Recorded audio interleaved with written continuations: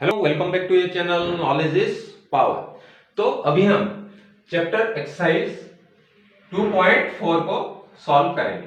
ठीक है, तो यहाँ पे दिया है, देखिए पहला क्वेश्चन जो आपका दिया है, पहला क्वेश्चन को ही सॉल्व करते हैं पहले। तो यहाँ पे आपका दिया है कि without actually performing the long division process को आप बिना परफॉर्म किए कैसे बता सकते हैं कि इसका जो ये टर्मिनेटिंग या नॉन टर्मिनेटिंग डेसिमल्स एक्सपेंशन होगा। ठीक है, तो इससे पहले एक नंबर को हम सॉल्व करने से पहले कुछ थ्योरम को समझ लेते हैं। Suppose p by Q, suppose ये p by Q, so it's a numerator और ये आपका डिनोमिनेटर है। ठीक है, तो ये जो q है ये तो नॉन जीरो होगा, ये आपको पता है। बट ये q अगर आपका 2 to the power n format में है, यानी कि 2, 4, 8, 16 इस तरह से फॉर्मेट में है, तो ये आपका जो ये टोटल इक्वेशन है इसकी जो रिजल्ट है वो आपके टर्मिनेटिंग होगा। ठीक है, ये टर्मिनेटिंग होगा, यानी कि सपोज इसका फाइनल रिजल्ट आपका इंफिनिटिव तक नहीं चलेगा।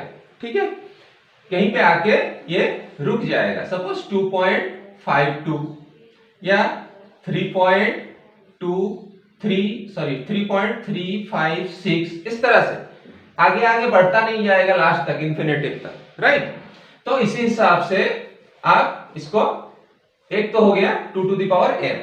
अगर सेम हुए q की वैल्यू जो है अगर हम 5 to the power n format में भी कर पा रहे हैं, ठीक है, यानी कि 5, 25, 125 इस तरह से अगर हम कर पा रहे हैं, देन ऑल्सो इसकी जो रिजल्ट होगा वो टर्मिनेटिंग होगा।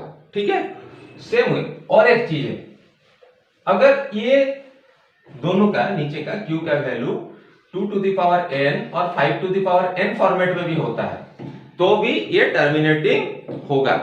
राइट, अगर यहां पे आपका 7 टू द पावर n हो गया तो ये टर्मिनेटिंग नहीं होगा। ओनली आपका ये तीन जो केसेस है, ये जो केस होगा इस केस में ही आपका ये टर्मिनेटिंग होगा। राइट, तो अभी हम एक नंबर क्वेश्चन को सॉल्व करते हैं। तो यहां पहले में क्या दिया है, देखिए 13 डिवाइडेड बाय 3125। अब 3125 को अगर हम इसका एक्सपेंशन करते हैं, ठीक है, प्राइम फैक्टराइजेशन करते हैं, तो उससे हम फाइंड आउट कर पाएंगे नीचे किस फॉर्मेट में होगा।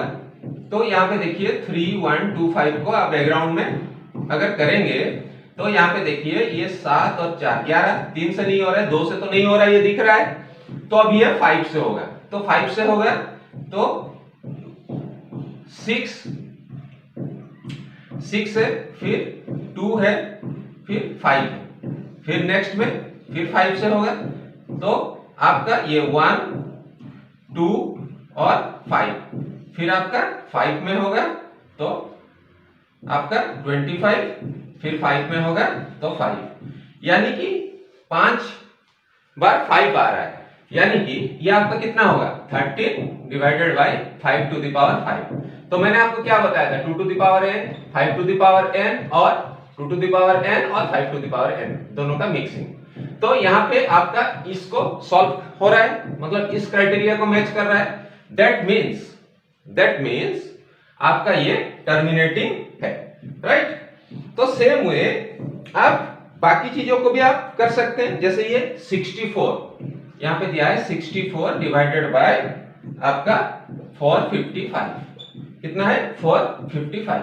अभी इसको करके देखते हैं, तो इसको करेंगे तो 455 को हम देखेंगे, चेक करेंगे, तो 455 को चेक करेंगे तो क्या हो रहा है, यहाँ पे देखिए ये 14 है तो 2 से तो नहीं होगा, 3 से भी नहीं होगा, नेक्स्ट है 5 से हो रहा है, तो 5 से है तो 9, 1, फिर ये किससे होगा, फिर आपका यहाँ पे देखिए ये आपका 5 से तो नहीं हो रहा है, 7 से होगा, यस ये 7 से होगा, तो 7, 1 और 3, यहाँ पे देखिए ये हुआ आपका 64 divided by 5 multiplied by 7 multiplied by 13।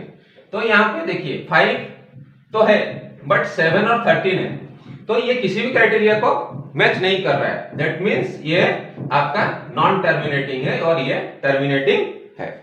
तो सेम वे आप इसे आगे सॉल्व करते जाएंगे तो आसानी से ये सॉल्व कर पाएंगे, सारे को आप सॉल्व कर पाएंगे। जैसे यहां पे दिया है 23 divided by 2 to the power 3 और 5 टू द पावर 2, तो ये यहीं पे दिख रहा है कि ये टर्मिनेटिंग है क्योंकि इस क्राइटेरिया को वो मैच कर रहा है, so it's a terminating one. तो सेम वे आप और एक को चेक करते हैं, जैसे 6 बाय 15, तो ये दिख रहा है 3 और 5, यहां पे 3 एक्स्ट्रा है, 5 तो है बट 3 एक्स्ट्रा है जो उस क्राइटेरिया को मैच नहीं कर रहा है। दैट मीन्स ये नॉन टर्मिनेटिंग होगा। तो इसी हिसाब से आप बाकी चीजों को बड़े आसानी से सॉल्व कर सकते हैं। इसको प्राइम फैक्टराइजेशन निकालिए बैकग्राउंड में, फिर इसको इस फॉर्मेट में लिखिए और इसको आप बता सकते हैं बड़े आसानी से कि ये टर्मिनेटिंग होगा। ब्रैकेट में यहां पे लिख सकते हैं टर्मिनेटिंग और नॉन टर्मिनेटिंग, ठीक है। इसमें बड़ा जो इसके डिवीजन करने की जरूरत नहीं है, ठीक है। अभी हम चलते हैं नेक्स्ट क्वेश्चन जो है क्वेश्चन नंबर 2, ठीक है। तो write down the decimal expansion of those rational numbers in equation 1 above which have terminating decimal expansion, which have terminating decimal expansion जिसका है, write down the decimal expansion. तो right decimal expansion को आपको लिख के बताना है जो क्वेश्चन 1 में है, ठीक है, जो टर्मिनेटिंग है। तो जैसे यहां पे आपका 13 डिवाइडेड बाय कितना है, तो ये 13 के बाद आप क्या कर सकते हैं, इसको थोड़ा सा स्पेस छोड़िए, 13.00000 इस तरह से आप लिख सकते हैं। और इस तरफ आप क्या लिखेंगे 3125, ठीक है, 3125। तो 3125 को अगर आप जीरो में करेंगे, क्योंकि 13 के साथ तो ये नहीं हो रहा है, तो जीरो में करेंगे तो ये जीरो आएगा और नीचे 13 आएगा, ठीक है, फिर एक जीरो आएगा, जीरो आएगा। तो यहां पे जैसे ही जीरो आया तो यहां पे आपका डेसिमल मार्क आ जाएगा। क्या आ जाएगा, इसमें डेसिमल मार्क आ जाएगा। तो अभी क्या है, अभी हम फिर नेक्स्ट में इसको क्या करेंगे, जीरो के साथ करेंगे तो 130, ठीक है।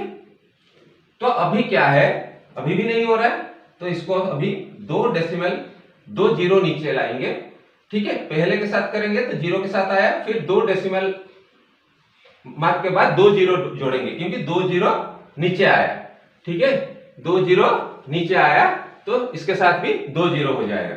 तो यहां पे इसको अभी हम कर सकते हैं 13,000 के साथ कर सकते हैं, तो कितना में होगा, 4 में होगा, तो 4 में होगा तो 12,500 यहां पे हो जाएगा, राइट। 12,500 ही हो रहा है और यहां पे आपका 4 हो गया।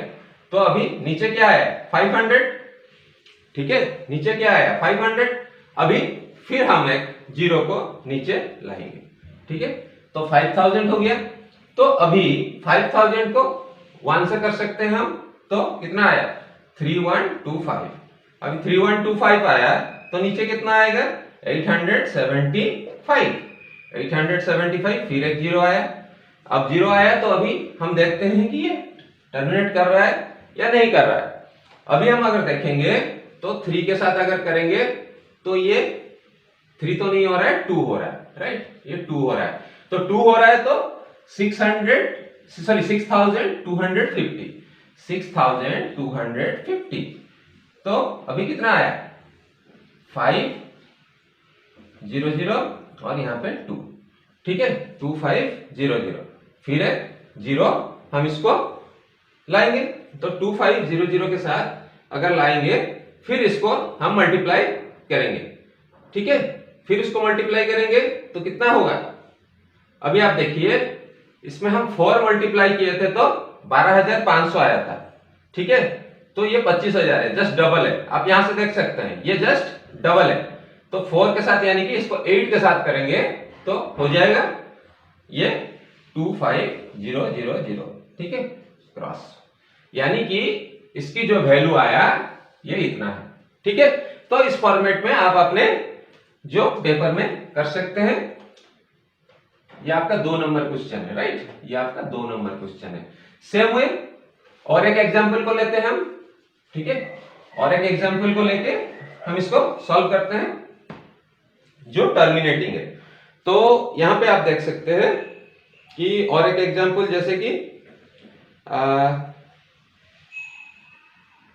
15 डिवाइडेड बाय 1600, ठीक है।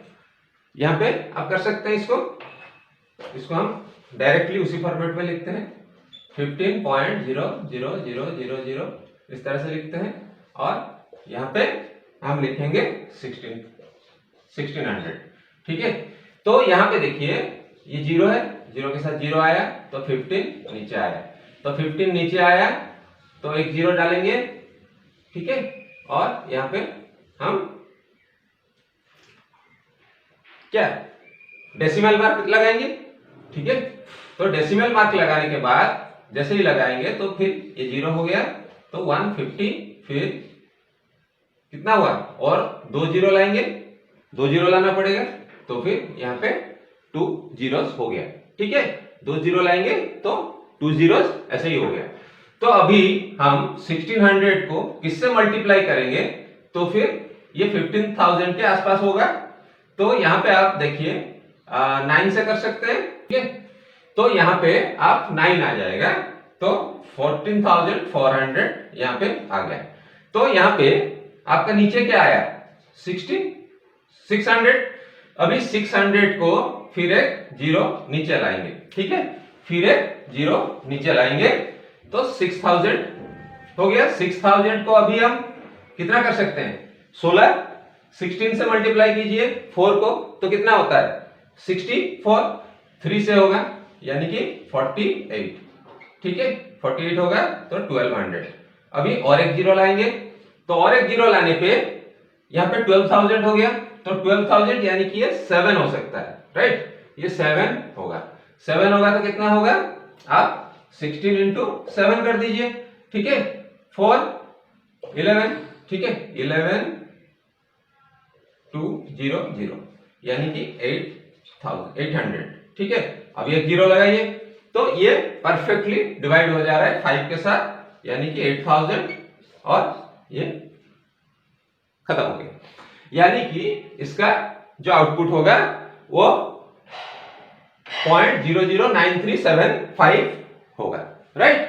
तो इसी तरह से आप आगे सारे प्रॉब्लम को बड़े आसानी से सॉल्व कर सकते हैं, बड़े इजीली इसको सॉल्व कर सकते हैं 2 नंबर प्रॉब्लम्स को। जो भी आपका टर्मिनेटिंग है उसको आप सॉल्व कर सकते हैं। अभी आप 3 नंबर में चलते हैं। 3 नंबर में 3 एग्जाम्पल दिया है, ठीक है, सॉरी 3 क्वेश्चंस दिया है। तो 3 क्वेश्चन को आप जो पहला नंबर क्वेश्चन है 43.123456789, तो यहां पे क्या दिया है, the following real numbers have decimal expansion as below, in each case decide whether they are rational or not. If they are rational and of the form p by q, what can you say about the prime factor of q? ठीक है, इसका आपको बताना है इसका prime factor of q क्या है, ठीक है। यानी कि ये आपका जो ये रेशनल नंबर होगा तो ये खत्म नहीं होगा, टर्मिनेटिंग नहीं होगा, बट यहां पे देखिए ये आपका टर्मिनेटिंग है, ठीक है। 2 केस है जिसमें आप फाइंड आउट कर सकते हैं, एक तो है रेकरिंग, एक है आपका फैक्टराइजेशन अगर खत्म हो रहा है। अगर रेकरिंग हो रहा है, जैसे आपका लास्ट वाला दिया है, देखिए यहां पे 43.123456789 का रेकरिंग, यानी कि इसी तरह से वो कंटिन्यू करेगा। तो फिर ये दोनों केस में जहां पे टर्मिनेटिंग हो रहा है और जहां पे आपका रेकरिंग हो रहा है, ये दोनों आपका रेशनल नंबर्स होंगे। इसका जो PYQ का फॉर्मेट है वो रेशनल होंगे। बट आपका जो सेकंड वाला दिया है वो 0.120120012000120000 ऐसे करके टर्मिनेटिंग नहीं दिया है। तो इसका जो फॉर्मेट होगा PYQ का फॉर्मेट, ये आपका इरेशनल होगा, क्योंकि ये टर्मिनेटिंग या रेकरिंग दोनों नहीं है।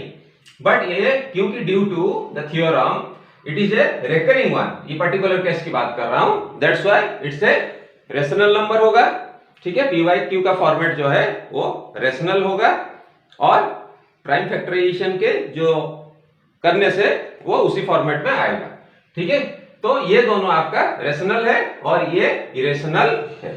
ठीक है, तो आज के लिए इतना ही, फिर मिलेंगे नेक्स्ट एक चैप्टर में।